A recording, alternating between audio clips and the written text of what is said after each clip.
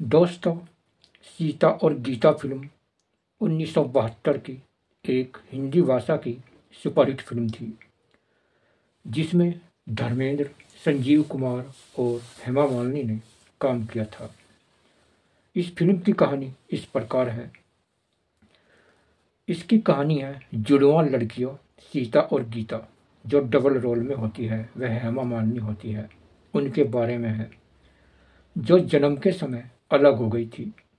सीता लंबे समय से पीड़ित उत्तराधिकारी को उसकी अपमानजनक पैसे लोभी चाची कौशल्या और उसकी बिगड़ैल बेटी शीला और उसके समान रूप से क्रूर भाई रणजीत द्वारा नौकर से भी बदतर सीता के साथ व्यवहार किया जाता है। वह लोग उसे बहुत ही ज़्यादा परेशान करते रहते हैं और सारा घर का काम कराते हैं।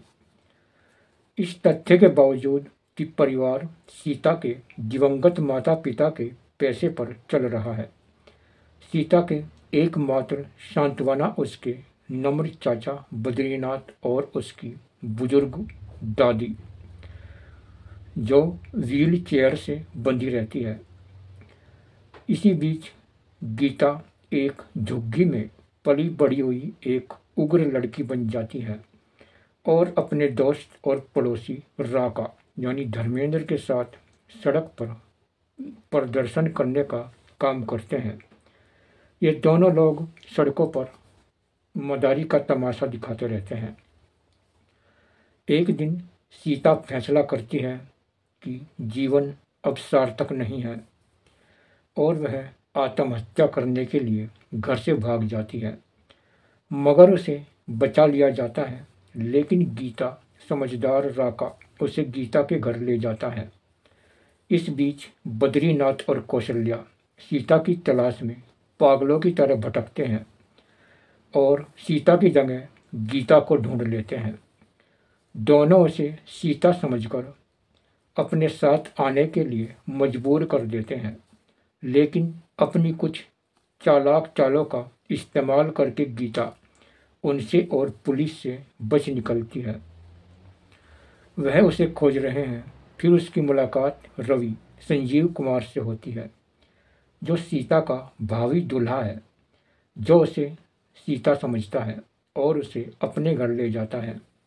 रवि इस सीता और उस सीता में हैरान होता है जिससे वह पहले मिल चुका है और गीता से प्यार करने लगता है।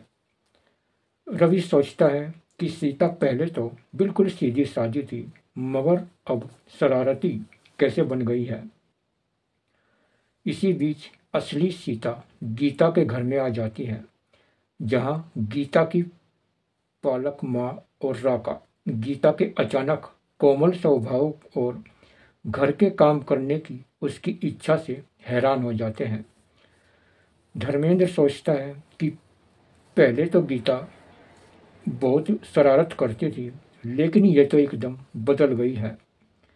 जब राका सीता को तमाशा दिखाने के लिए कहता है तो वह मना कर देती है। फिर भी वह उसे मनाने की कोशिश करता रहता है, तो वह ऐसा करने में असमर्थ हो जाती है और तमाशा नहीं कर पाती। हालांकि राका को सीता से प्यार हो जाता है। दूसरी तरफ असली गीता सीता के घर में रह रही है, जहां उसे एहसास होता है कि सीता जिस क्रूरता के साथ रह रही है, वह कौशल्या और रंजीत को सबक सिखाने की कसम खाती है और सब कुछ सही दिशा में ले जाना शुरू कर देती है। इस प्रक्रिया में गीता पैसे पर नियंत्रण फिर से हासिल कर लेती है और अपनी दादी को घर की मुखिया बना देती है। उसकी दादी उसे बहुत ही प्यार करती है। हालांकि जब रंजीत असली सीता को बाजार में देख लेता है और उसे सच्चाई का पता चल जाता है, तो सब चीज़ें एक बड़ा मोड़ ले लेती हैं। नतीजा गीता का पर्दाफाश हो जाता है और पुलिस उसे छद्म वेश में गिरफ्तार कर लेती है। जबकि कौशल्या और रंजीत सीता का पता लगाते हैं और उसे मूक, दास्ता, दुर्व्यवहार और कारावास की उसकी जिंदगी में वापस ले आते हैं। राका चुपके से गीता को जेल से रिहा करा देता है और गीता की असली पहचान उसकी पालक माँ से जानने के बाद खुलासा करता है कि वह सीता की लंबे समय से खोई हुई जुड़वा बहन है। इसके कारण सीता, गीता, राका और रवि रंजीत और उसके गुंडों के खिलाफ जाकर लड़ते हैं और पुलिस सभी अपराधियों को गिरफ्तार कर लेती है। और अंत में सीता और गीता की दादी और बद्रीनाथ और उसकी सुधरी हुई कौशल्या और शीला की उपस्थिति में असली सीता राका से शादी करती है, जबकि असली गीता रवि से शादी कर लेती है। और ये एक बहुत ही ज़बरदस्त सुपरहिट फिल्म रही थी। और इसका पहला गाना था अरे जिंदगी है खेल, कोई पास कोई फेल, अनाड़ी है कोई। अगला गाना है ओ साथी चल, चल मेरे साथ चल तू, यूं ही दिन रात चल तू, ओ साथी चल। अगला गाना है कोई लड़की मुझे कल रात। अगला गाना है हाँ जी हाँ मैंने शराब पी है। अगला गाना है अभी तो हाथ में जाम है। और ये सभी गाने गाए हैं मन्ना डे, आशा भोसले, किशोर कुमार ने। और इसके मुख्य कलाकार हैं राका, धर्मेंद्र, संजीव कुमार, रवि, हेमा मालिनी डबल रोल में सीता और गीता, रुपेश कुमार, मनोरमा, सत्यन कप्पू, प्रतिमा देवी,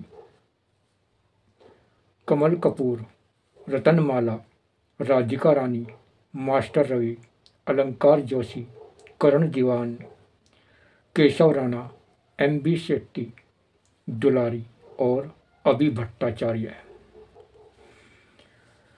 संजीव कुमार, धर्मेंद्र और हेमा मालिनी की फिल्म सीता और गीता से जुड़ी आपने कई किस्से सुने होंगे, लेकिन इस फिल्म में हेमा मालिनी की कास्टिंग कैसे हुई आपको बताते हैं। दरअसल निर्माता निर्देशक रमेश सिप्पी सीता और गीता के दोहरे किरदार की भूमिका में वो क्लासिक एक्ट्रेस नूतन को कास्ट करना चाहते थे, जो उस दौर में एक बहुत बड़ा नाम थी और उसके नाम से फिल्में चल रही थी। लेकिन रमेश सिप्पी को उस समय उनके जानने वालों ने समझाया कि आपको इस दोहरे किरदार के लिए किसी नई एक्ट्रेस को कास्ट करना चाहिए, किसी ज़्यादा बड़ी और पॉपुलर एक्ट्रेस को नहीं लेना चाहिए और उन्हें मिली किसी जवान और बिल्कुल नई अभिनेत्री को लेना चाहिए। रमेश सिप्पी इस किरदार के लिए मुमताज़ और आशा पारेख के पास भी जा चुके थे, लेकिन जब उन्होंने किसी नई अभिनेत्री के बारे में सोचना शुरू किया तो उनके जहन में हेमा मालिनी का चेहरा आया, क्योंकि उस समय तक हेमा मालिनी के नाम पर एक भी बहुचर्चित फिल्म नहीं थी और वो फिल्म थी, केवल एक ही फिल्म थी जो सुपरहिट हुई थी और वह थी जॉनी मेरा नाम। और रमेश सिप्पी भी हेमा मालिनी को साल 1971 में अंदाज फिल्म के लिए कास्ट कर चुके थे, इसलिए उन्होंने 1972 में हेमा मालिनी को सीता और गीता में कास्ट कर लिया और फिर उसके बाद उन्होंने शोले फिल्म में भी कास्ट किया। और शोले फिल्म का वर्जन भी इसी फिल्म की सक्सेस पार्टी में ही हुआ था। वो किस्सा भी आपके लिए जानना ज़रूरी है।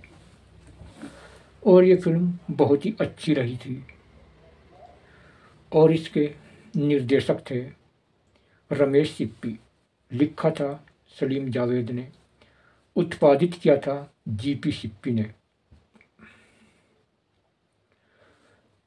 और संगीत था आर.डी. बर्मन। और ये फिल्म रिलीज हुई थी 3 नवंबर 1972 को। दोस्तों, अगर आपने सीता और गीता फिल्म देखी है तो आपको जो सीता होती है उसकी दादी का रोल कैसा लगा कमेंट बॉक्स में ज़रूर बताएं।